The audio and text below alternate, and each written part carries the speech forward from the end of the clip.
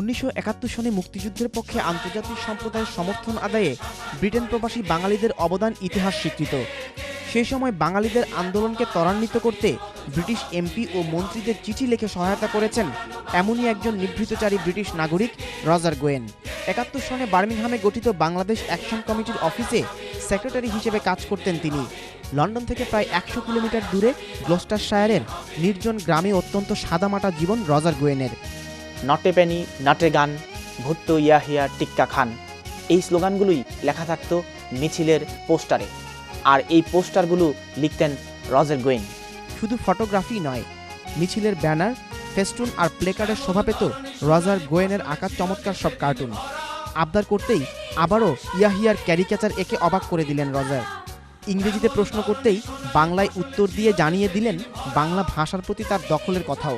71-এ তো বাংলাদেশ শুধু স্বাধীন করার আশাই ছিল, যে একটা যাই হয় একটা আলাদা দেশ হোক, বাঙালিদের হাতে বাংলাদেশটা থাকুক। সেটা কিন্তু পুরোপুরি সফল হয়েছে। বাংলাদেশকে অনেক ভালোবাসি, বাংলাদেশের মানুষকে অনেক ভালোবাসি। নিজেকে মুক্তিযুদ্ধের সংগঠক হিসেবে নয়, বরং কর্মী হিসেবেই পরিচয় দিতে চান তিনি।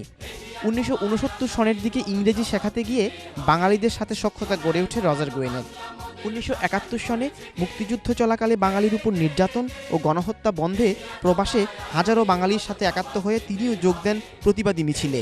বাংলাদেশ স্বাধীন হবার পর একটি চ্যারিটি সংগঠনের স্বেচ্ছাসেবক হিসেবে বাংলাদেশে কাজ করেছেন প্রায় 3 বছর। বিশেষ করে ইয়াঙ্গার জেনারেশন হয়তো অনেক কিছু জানে না, যে যুদ্ধ কীভাবে লেগেছিল, মুক্তিযোদ্ধারা কী করেছিল, কি বিরাট ঝুঁকি নিয়ে যান বিসর্জন করেছিল, সেটা জানে না। আমার মনে হয় ওই ব্যাপারে যে কতগুলো ফিল্ম আছে বা উপন্যাস আছে বা ডকুমেন্টারি আছে, এইগুলো যদি আমরা তুলে সবার সামনে রাখতে পারি, সবার চোখের সামনে রাখতে পারি, তাহলে খুব ভালো হবে। স্বাধীনতার 42 বছর পর একজন রজার গোয়েনকে খুঁজে পাওয়া গেলেও হয়তো এমন অনেক রজার গোয়েনকে খুঁজে পাওয়া যায়নি। প্রবাসীরা মনে করেন সরকার রজার গোয়েনের মতো বিদেশি নাগরিকদের রাষ্ট্রীয় সম্মাননা দিয়ে তাদের অবদানের যথাযথ স্বীকৃতি দেবেন। তানভীর আহমেদ, 71, লন্ডন।